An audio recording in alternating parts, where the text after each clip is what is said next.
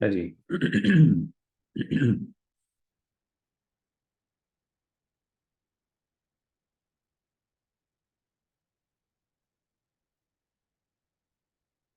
بسم الله الرحمن الرحيم الحمد لله والصلاة والسلام على رسول الله وعلى آله وصحبه أجمعين أما بعد.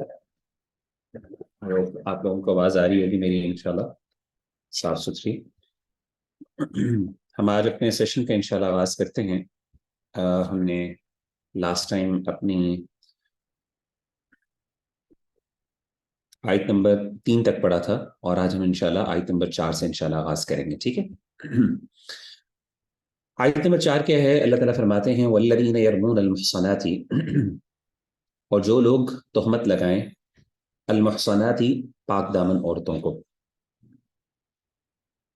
ثم لم یأتوا بأربعة شہداء، پھر وہ نہ لائیں 4 گواہ، فجلدوہم 80 جلدہ، تو تم انہیں کوڑے مارو. کتنے؟ 80 جلدہ، 80 کوڑے. ولا تقبلوا لهم شہادة ابدا، اور تم قبول نہ کرو ان کی گواہی کبھی بھی اس کے بعد. وَأُولَئِكَ هُمُ الْفَاسِقُونَ، اور یہی لوگ ہیں جو نافرمان ہیں. اب یہاں پہ اللہ تعالیٰ نے محصنات کا ذکر کیا. محصنات کون ہوتی ہیں؟ پاک باز عورتیں. حصن سے لفظ ہے. حصن کہتے ہیں ایک فورٹریس کو. تو ایک عورت جس نے اپنی آبرو کی حفاظت کر رکھی ہے، ہمیشہ سے اپنے آپ کو پروٹیکٹ کرتی ہے دوسروں کی نظروں سے بھی، یا پھر کسی اور کے غیر محرم کے ٹچ سے اپنے آپ کو محفوظ رکھتی ہے، اور اسی طریقے سے کسی بھی ایسی گندگی سے اپنے آپ کو پاک صاف رکھتی ہے، تو اس کو قرآن مجید نے محصنہ کہا ہے. قرآن مجید میں یہی لفظ مردوں کے لیے بھی استعمال ہوا، محسنین.